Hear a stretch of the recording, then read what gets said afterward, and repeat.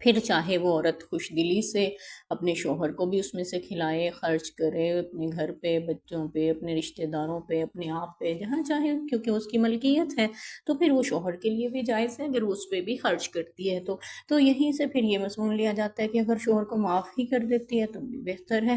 تو بہرحال دونوں صورتوں میں گنجائش ضرور موجود ہے۔ ہاں، معاف بھی کر سکتی ہے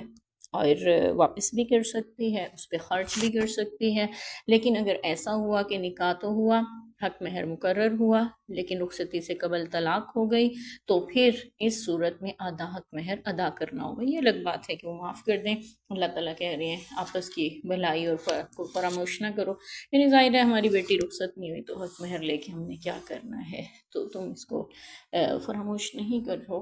اور اللہ دیکھ رہے ہیں جو بھی تم عمل کرتے ہو، تمہارے تمام اعمال سے بخوبی آگاہ اور واقف ہے۔ اس سے قبل بھی اللہ نے پچھلے رکوع میں یہی ذکر کیا، نکاح کے مضامین میں چلتے ہوئے، طلاق کے مضمون میں چلتے ہوئے، کہ اللہ تعالیٰ باخبر ہے تمہارے عملوں سے، یہاں پہ ہے، دیکھ رہا ہے تمہارے کاموں کو۔ تو اللہ تعالیٰ ہمیں دیکھ رہے ہیں، اور جب ہمیں پتہ ہونا کہ کوئی ہمیں دیکھ رہا ہے تو ہمارا کام بڑی اچھے طریقے سے انجام دیتے ہیں، آسان طریقے سے کرنے کی کوشش کرتے ہیں۔ تو اللہ تعالیٰ بھی ہمیں دیکھ رہے ہیں، اس لیے ہمیں یہ تمام امور احسن طریقے سے ہی سر انجام دینے چاہیے۔ آیت نمبر 238، حافظوا علی الصلوات والصلاة الوسطی وقوموا للہ قانتین،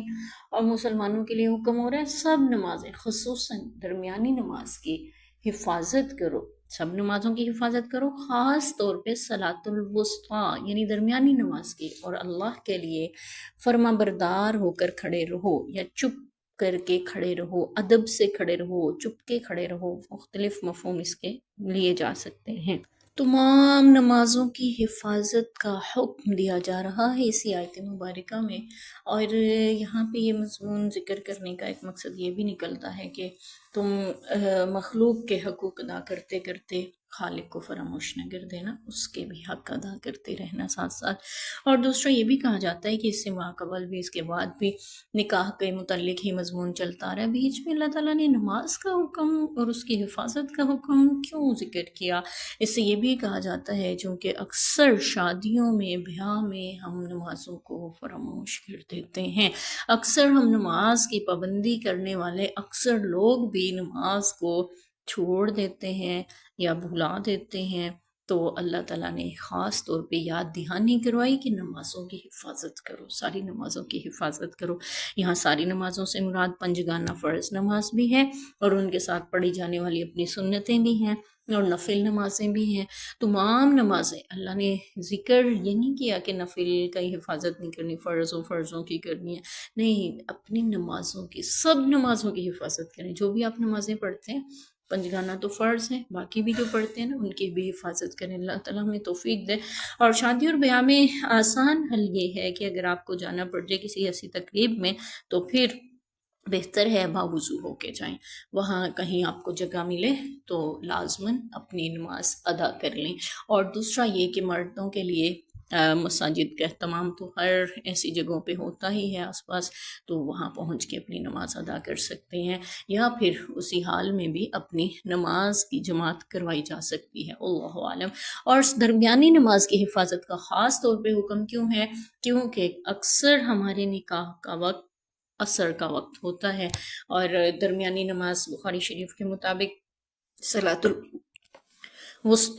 صلاۃ الوسطی درمیانی نماز عصر کی نماز کو کہا گیا ہے۔ یہ بھی ہے کہ اس وقت میں کاروبار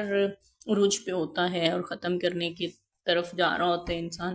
اور اس کو یہ ہوتا ہے کہ پورے دن کی جو ہے اچھی طرح سے اپنے کاروبار کو دیکھ لیا جائے، اور اس لیے بھی حکم ہے کہ اس کی خاص حفاظت کرو، اپنے کاروبار میں، اپنے نکاح، شادی، بیاہ، تقریبات کی مصروفیات میں، اپنے گھر کے کاموں میں لگ کر اس نماز کو نہ بھول جائے۔ اسی کے بارے میں آتا ہے کہ جس کی عصر کی نماز فوت ہو گئی، گویا اس کا گھر اور اس کا مال اسباب سب ہلاک ہو گئے، اتنا بڑا نقصان ہے، اور اللہ نے بھی اس کی خاص تاکید فرمائی، اور ساتھ ہی ذکر کیا وَقُومُوا لِلَّهِ قَانِتِينَ، اللہ کے لیے چپ کے کھڑے رہو، فرما بردار ہو کے کھڑے رہو، ادب سے کھڑے رہو۔ اس سے قبل کہا جاتا ہے کہ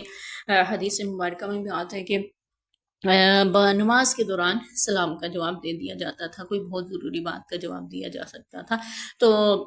چھینک وغیرہ کا جواب بھی دے لیا جاتا تھا، لیکن جب یہ آیت نازل ہوئی تو اس کے بعد نماز میں بات کرنا، دنیاوی بات کرنا کوئی بھی جائز نہیں رہا، اور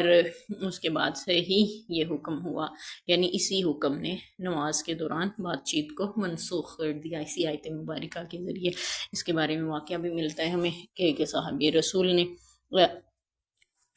اس آیت مبارکہ کے نزول کے بعد وہ کہیں گئے ہوئے تھے، جب واپس پلٹے مسجد میں نماز پڑھ رہے تھے، کسی کے چھینک آئی، انہوں نے جواب دیا چھینک کا، تو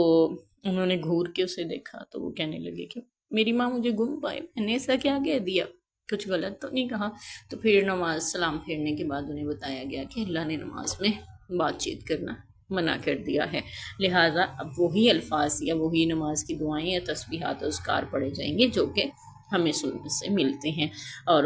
ان چیزوں سے گریز کیا جائے گا جو ہم اپنی دنیاوی ضروریات کے متعلق باتیں کرتے ہیں۔ اللہ اعلم۔ تو اس پوری آیت مبارکہ میں ہمیں 3 حکم ملے، پہلا تو ساری نمازوں کی حفاظت کا، دوسرا عصر کی نماز کی حفاظت کا، اور تیسرا با ادب بارگاہ الہی میں حاضری کا۔ اور یہ حکم کہاں مل رہے ہیں؟ شادی کے موقع پہ، دلہا ہے، دلہن ہے، ان کے لیے بھی نماز فرض ہے، ان پہ نماز معاف نہیں ہو جاتی، اور باقی لوگ باراتی ہیں، ولیمے میں ہیں، یا اپنی